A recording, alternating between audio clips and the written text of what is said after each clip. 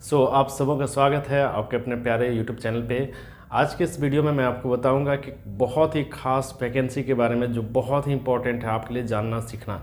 आप 10th पास कर चुके हैं और आपकी उम्र 18 साल है तो आपके लिए बेहद अच्छा पोस्ट यहाँ पे वैकेंसी आई है। आप इस वैकेंसी को भर सकते हैं और नौकरी पक्की कर सकते हैं।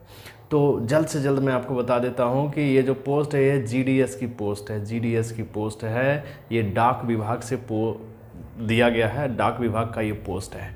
चलिए झटपट हम लोग शुरू करते हैं। पूरा डिटेल बताऊंगा मैं आपको इस वीडियो में। चैनल पे आप नए आए हैं, पहली बार आए हैं तो चैनल को सब्सक्राइब कर लीजिए। यहाँ पे आपको कम से कम इंग्लिश की जो ना पूरी डिटेल और पूरी जानकारी आपको मिल जाएगी, है ना।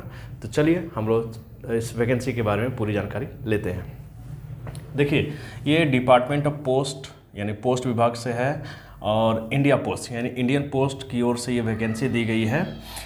जो जीडीएस के नाम से ये जाना जाता है। जीडीएस की सबसे बड़ी वैकेंसी, बहुत ही बड़ी वैकेंसी 40,889 यानी 40,889 पोस्ट।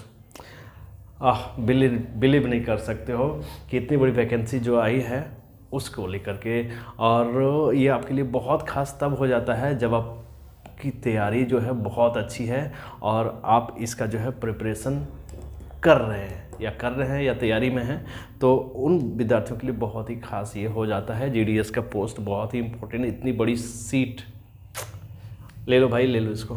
देखो, जीडीएस जो है 40,889 पोस्ट के लिए है। सबसे पहले हम लोग जान लेते हैं कि कौन बच्चे जो है इसे भर सकते हैं, किस तरह के बच्चे इसे भर सकते हैं। भरने के लिए क्या क्या और चीज़ें ज़रूरत होगी और जानने सीखना ज़रूरी है। देखिए, सबसे पहले तो क्वालिफ़िकेशन का डिस्कस हम लोग कर लेते हैं इस वीडियो में। क्वालिफ़िकेशन जो है जीडीएस का वो है 10th लेवल। बहुत ही इम्पॉर्टेंट है बच्चों। यदि आप 10th हैं और इंटर में आप पढ़ाई कर रहे हैं तो जाहिर सी बात है कि आपकी उम्र 18 साल हो गई होगी। तो 18 साल जो इसका मिनिमम एज है, आप इसके बाद नौकरी ले सकते हैं, आपकी नौकरी पक्की हो सकती है। आपको प्रिपरेशन करनी होगी। देखो, क्वालिफ़िकेशन 10th, लेकिन एक कंडीशन इसमें है कि 10th में आपको आपके जो मार्कशीट है उसमें आपको, या आपका जो बोर्ड है उसमें आप मैट्रिक में मैथमेटिक्स और English, most important things to know कि आपके 10वां में गणित और अंग्रेजी ये आप पढ़े हो। ये खास बात जान लेना आपके लिए ज़रूरी है कि आपके 10वां में आपने अंग्रेजी और गणित जो विषय है उसको पढ़ी है या नहीं पढ़ी है। तो बहुत इम्पॉर्टेंट हो जाता है कि 10th में आपके इंग्लिश और मैथ होना चाहिए। सही बात है। चलो, उसके बाद जो सबसे ज़रूरी इम्पॉर्टेंट है, सबसे ज़रूरी चीज़ जो जानना है वो है कि नो लोकल लैंग्वेज। आप किसी भी स्टेट में हैं तो उस स्टेट की आपको जो लोकल लैंग्वेज है उसकी जानकारी आपको होनी चाहिए, तभी आप इसके लिए एलिजिबल हैं, है ना। चलिए डिस्कस कर लेते हैं एज की। मैंने आपको पहले ही बताया, समझाया कि जो एज जो है वो मिनिमम है 18 ईयर्स, यानी कि मैट्रिक पास करके आप जैसे इंटर में जाते हैं, इंटर को कंप्लीट करने के ही दौरान आपकी 18 ईयर्स एज हो जाती है। उस दौरान जो है आप अच्छे पोस्ट पे आ सकते हैं। बहुत अच्छा वैकेंसी है। तो 18 साल जो है मिनिमम है और मैक्सिमम 40 साल। 40 साल मैक्सिमम तक आप भर सकते हैं, 18 साल मिनिमम है। कम से कम 18 और ज़्यादा 40 साल। देखिए, एप्लीकेशन स्टार्ट हो गया है। एप्लीकेशन जो है वो अप्लाई करना शुरू हो गया है। ये 27 जनवरी से शुरू हो गया है। 27 जनवरी 2023 से वो एप्लीकेशन शुरू हो गया है, अप्लाई शुरू हो गया है। और इसका लास्ट डेट हो जाएगा 16 फरवरी तक, यानी 27 जनवरी से 16 फरवरी तक इसके लिए आप अप्लाई कर सकते हैं। बहुत ही बड़ी वैकेंसी है ना। चलिए, अब देखिए, एग्ज़ाम फ़ी जो है लास्ट, आप एग्ज़ाम फ़ी जो भी सरकार ने तय किया है, तो एग्ज़ाम फ़ी जो है 16 फरवरी तक, यानी जिस दिन लास्ट डे आपका एप्लीकेशन का लास्ट डेट होगा उसी दिन जो है एप्लीकेशन फ़ीस का जो है, एग्ज़ाम फ़ीस का जो है लास्ट डेट होगा। यानी 16 फरवरी तक आप एग्ज़ाम फ़ी जमा कर सकते हैं और 16 फरवरी आपका लास्ट डेट है और एप्लीकेशन आपका स्टार्ट हो गया 27 जनवरी से। चलिए, अब एक और इम्पॉर्टेंट चीज़, मान लीजिए आपको कोई गलती हो गई आपको फॉर्म भरने में, तो करेक्शन डेट भी दिया है।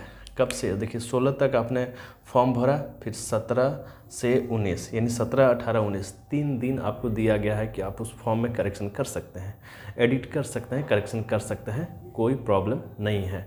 तो बहुत ही इंपॉर्टेंट चीज़ है इसे जानना। अब देखिए यहाँ पे आप देख लें फीस, एग्ज़ाम फीस जो है वो कितना देना होगा। जनरल ओबीसी के बच्चे जो हैं, जनरल कैटेगरी ओबीसी कैटेगरी के बच्चे जो हैं 100 देंगे। एसटी एससी हैंडीकैप्ड या फीमेल किसी भी कैटेगरी के हों उनको जो है फी 0 लगेगा। तो जनरल ओबीसी के लिए 100 और अदर कैटेगरी और फीमेल के लिए 0। तो फीस भी बहुत ठीक है, कोई दिक्कत नहीं है। चलिए अब जान लेते हैं इसके एग्ज़ाम पैटर्न और सिलेबस के बारे में, बहुत ज़्यादा इंपॉर्टेंट है जान लेना। देखो जीके और रीजनिंग से आपके 25 क्वेश्चन रहेंगे और 25 नंबर रहेंगे, यानी कि हर एक क्वेश्चन के 1 नंबर रहेंगे। 25 क्वेश्चन 25 नंबर।